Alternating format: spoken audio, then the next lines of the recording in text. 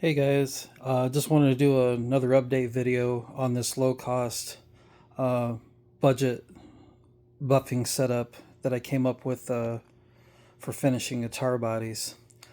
So, within the last 48 hours, man, you want to talk about craziness. Within that 48 hours time, I had to basically completely tear apart this whole buffer. So what wound up happening was I was trying to apply the PVC 3/4 inch PVC pipe over the top of the 3/4 inch shaft. Well, I was trying to get the PVC butted up to either the bearing or the screws as tight as I could. Well, what wound up happening when I did that, this left bearing over here, I wound up knocking it out of big time alignment. And I mean big time alignment.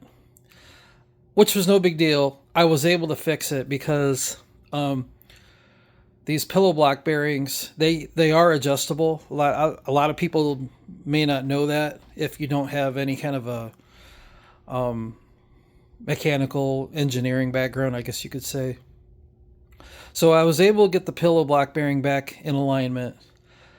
But basically what had wound up happening when I was torquing down on the screws, trying to tighten the screw up to the PVC, like I said, it wound up knocking the bearing out of alignment. But what it also wound up doing was the 2x4s on the ends here, they started coming undone.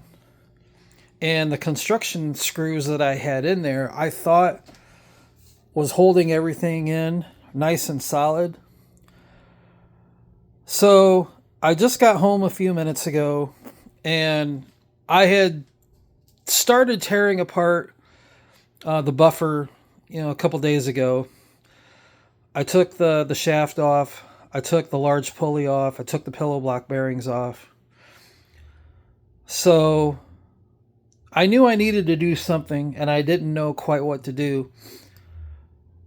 Because if the construction screws were coming loose, and what was I going to do? Well, when I went to go buy the lag screws to hold down the pillow block bearings, I bought a couple extra. So what I did on the end of this 2x4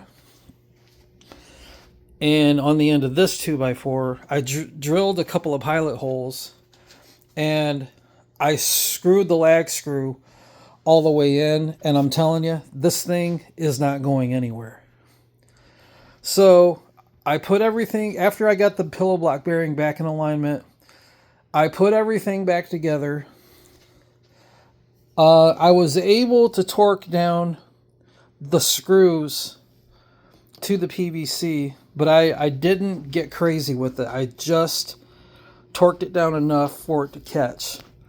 And I don't know if you'll be able to tell by this video, but honestly, I think we have a big improvement here. So I'm going to fire the buffer up for just a minute here.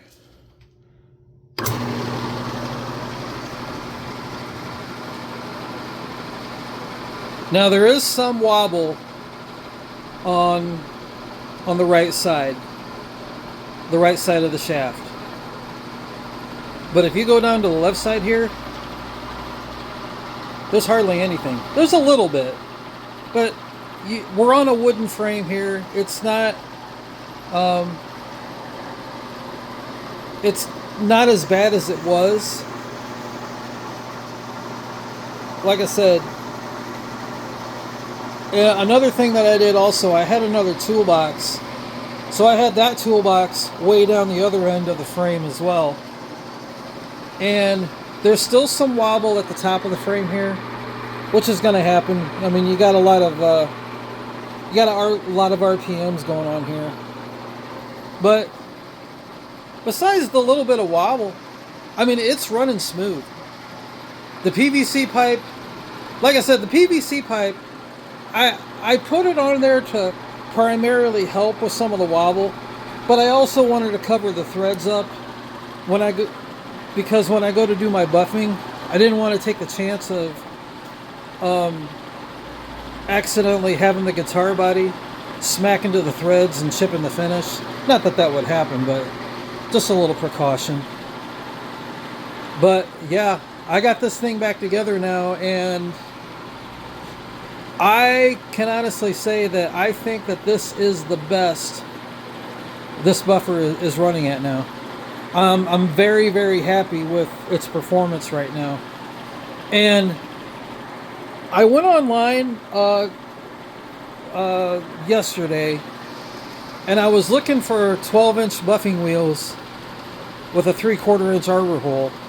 Well, I came upon something else, and the price on it was not too bad, but I didn't find a 12-inch, but I did find a 10-inch. So I'm thinking if these 6-inch diameter wheels don't work too well from Harbor Freight, if those don't work too well, I'm probably going to buy 4 of those 10-inch diameter wheels and see how that does. But so far, the machine's running a lot better. This is probably the best this machine has run. I'm very, very happy with it right now. And having both toolboxes weigh the frame down, that seems to be helping out a little bit also. So yeah, very, very pleased with the way this is running right now. Honestly, I think if I wanted to, if I had a test piece finished right now and had it level sanded and polish sanded right now, I think honestly, if I had my compounds right now, I could go straight to buffing right now. I'm dead serious. But yeah, as far as the compounds go, I've decided instead of ordering both compounds at the same time, for right now, I'm only gonna order one. I'm gonna order the GW16 because I want to see first if these compounds are going to work well with these 6-inch diameter wheels. The GW16, it's actually a fine finish compound. Paul over at L'Esperance Guitars, he was using a medium cut compound, the Menzerna P204. And then he was using the GW16 as his final finish compound. But since then, he's went up on his finishes. He's now switched to the GW16 for his initial buffing, and he's switched to the Menzerna P175 Super Finish for his final finish buffing. So I'm going to go ahead and order the GW16. I'll probably wind up doing that in just a few minutes here. And like I said, I'm going to use that on this left wheel. On this left wheel over here. And we're going to, like I said, we'll do a test run and see how well these Menzerna compounds do with these small wheels. And if it doesn't work out, then I'm just gonna wind up upgrading to some bigger wheels. Yeah, anywhere from 10 to 14 inch.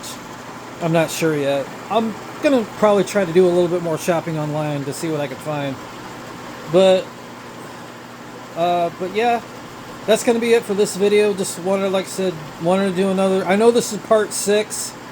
I know these videos are getting a little lengthy without having these compounds or having these test pieces done yet, but I just wanted to do just one more update video on how this buffer is running. So thank you all for watching. If you have any questions or comments, just leave them down below and I'll get back with you as soon as possible. and have a blessed day. Have an awesome day. And we'll see you next time.